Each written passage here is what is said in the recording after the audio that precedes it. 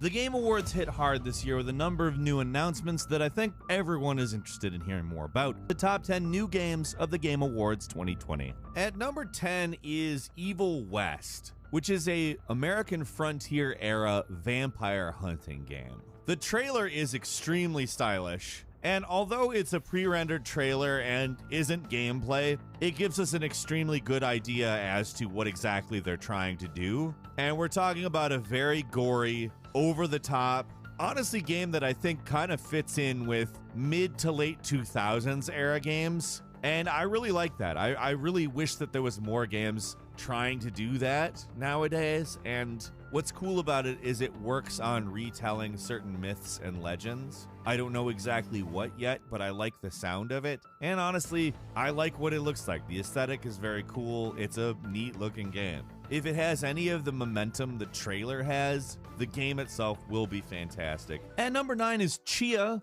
an open world sandbox based physics game which looks to borrow a ton from Breath of the Wild as well as even Super Mario Odyssey. This is a game that is inspired by the island nation of New Caledonia and intends to absorb a bunch of the culture and sort of give it to us as a game. But there is a lot more at play here, I think, than just story. Like, mechanically, this looks like it takes a lot of the stuff from Breath of the Wild to a logical extreme. There's a lot of traversal options here, and it's very physics-oriented, which looks very cool. There's also a possession mechanic, that's why I mentioned Super Mario Odyssey. I don't know if I would say it's one-to-one the exact same thing. You can actually possess inanimate objects, which could be fairly cool, but I also pretty much don't understand the story they're attempting to tell yet. I don't think they've revealed a whole lot.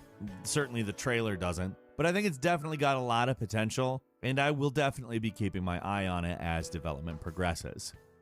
At number 8 is Century Age of Ashes, which I have to say, dragon fighting game. Now, that doesn't necessarily mean like two dragons doing Mortal Kombat. What it actually means is a dogfighting game in which you're riding a dragon and are using various dragon powers to beat the other people riding dragons. And yes, I am completely there for this. Sign me up. I'm sold. If they don't botch it, that's great. There's not a lot of game trailers that show us such obvious gameplay at this point. Like, most trailers are some kind of pre-rendered thing nowadays and show you some concept of what the game looks like. This was obviously gameplay. But I feel, just from watching that I have a very good idea of what this game is going to handle like, and that, to me, is awesome. Especially considering the game itself looks fantastic. Like, it looks like there's a really deep emphasis on momentum. Like, there was some areas where I saw the dragon moving in a way that implied physics are going to play into this. I initially wanted to say, like, kind of like 360-degree Panzer Dragoon or Panzer Dragoon without rails, but I'm kind of getting a more versatile Ace Combat feel from it, and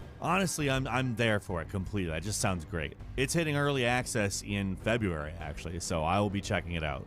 And number 7 is Open Roads, a game from the developers of Gone Home and Tacoma that looks to really build on their narrative formula. Obviously, Tacoma is a very different game from Gone Home, but this looks to kind of really go over the top on a lot of the things that neither of them had, which was much more tangible characters. Like, there is a cast, for instance. There's not one person looking into stuff that used to happen. There are two characters that will obviously interact with each other on an ongoing basis. They are still very much investigating past events. However, it's framed as a mystery that is taking place in the present, which might actually go somewhere now, which I also like. That makes it a little bit different from both Tacoma and Gone Home, but it is also extremely early. We don't know a lot about what's going on in this game. We do know that it stars Caitlin Dever and Kerry Russell, and apparently the story leads them to some pretty dark places according to the official description. Should be interesting. Don't have a release date yet, but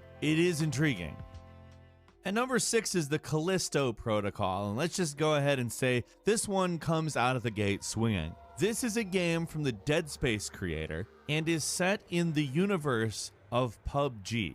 That's right, PlayerUnknown's Battlegrounds, the Battle Royale game. Now, just so you're aware, if you haven't been playing that game, it has gotten increasingly, like, backstory oriented. Like, PlayerUnknown's Battlegrounds, the actual backstory is about a multi-billionaire organizing various fights to the death for mercenaries to participate in. But Callisto Protocol is taking us to one of Jupiter's moons, a ways into the future, the year 2320, so a couple centuries from now. There are more than a few connections to Dead Space games in this trailer, and of course the very obvious stuff, the possible energy bar on this guy's back neck, and the fact that the monster looks kind of like a necromorph in some ways. I don't know, I'm really excited for this because Dead Space didn't go exactly where we all hoped it would go, and well, this could be the road to redemption as far as that type of game goes. I am really excited for this, actually. At number 5, Perfect Dark, which, oh my god. I mean, there have been rumors about a new Perfect Dark for a while now, but I honestly didn't expect it to really happen. Perfect Dark was, of course, Rare's follow-up to GoldenEye, because you only get the James Bond license once or twice, I don't know, James Bond title pun. But Perfect Dark is a really interesting game that builds on the mechanics of GoldenEye very well. GoldenEye, of course, being like the thing that popularized shooters on consoles. Perfect Dark being a very complex, interesting world built upon that engine. I don't know whether this is going to be a reboot of the series in which we see Joanna Dark come back and solve a mystery. I don't know. Could be a reboot, maybe not, maybe a sequel, maybe a prequel. Maybe somehow it will be all of them. But I gotta say, I'm extremely excited to see this. There hasn't been a new Perfect Dark since 2005, and I will be waiting for more info with bated breath. At number 4 is Season, a game that I'm seeing tons of people hype as like the next Journey, which I am a huge fan of Journey. Journey is a very different type of game where there's a lot of interesting things to overcome, and there is a narrative, but it's not really a narrative in the traditional sense. It's sort of a visual narrative. Fantastic game. Beautiful score, beautiful graphics, and this kind of looks like it follows in those footsteps. However, this does go ahead and add dialogue to the mix. There is going to be spoken word in the game, and there's also a bicycle, which should probably change up the dynamics quite a bit. I have a feeling the world is quite a bit larger than Journey's world, and it'll probably be a longer game from the looks. Visually, I mean, this is an outstanding looking game. It's so pretty looking.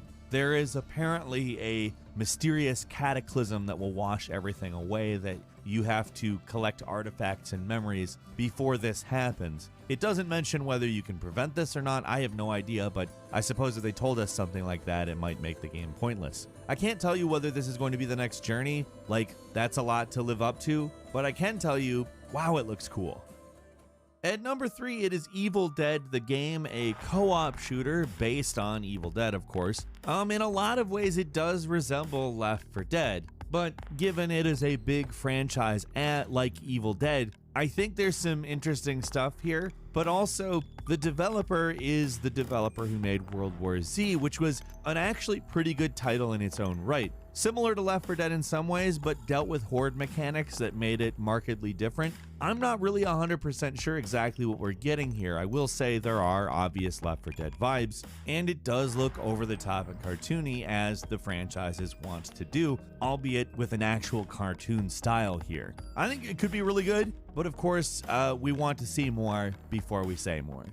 At number 2 is Ark 2, which I don't know where to start with this. If you remember Ark, it was a game that did go through a bit of a storied development. Ended up being a pretty cool game. Again, some problems. But Ark 2 stars Vin Diesel. Yeah, I don't know what exactly to make of that. It does seem as though this game is going to feature more of a narrative and is part of a bigger universe project featuring other big-name actors like David Tennant, Elliot Page, and Russell Crowe. Vin Diesel's character Santiago is also part of this animated series, and, well, I mean, it could have a lot of potential. We need a dinosaur hunting series, frankly. There's not enough dinosaurs in media.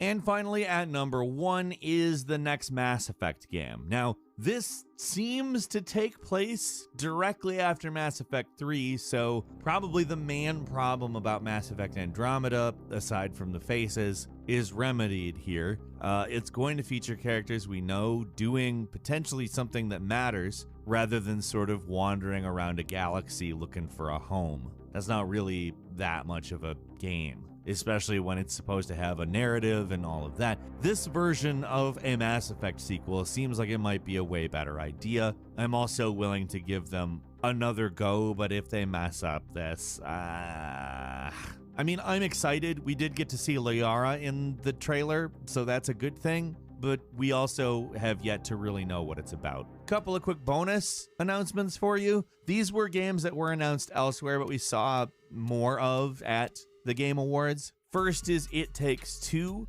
a two-player platforming game that looks to have a ton of potential in terms of actually progressing two-player mechanics in a modern platform genre game. And second, Flight Simulator is coming to Xbox. Now, that's going to be cool as hell because Flight Simulator is awesome. And to play it on a console is kind of, yeah, just something a lot of people always really wanted. Dragon Age. This is very much a continuation, although it does definitely also look a lot more stylized, but I am certainly looking forward to seeing where it goes. Then there's Back 4 Blood, which the original Left 4 Dead developer is making a spiritual successor. That is, of course, something I am specifically looking forward to.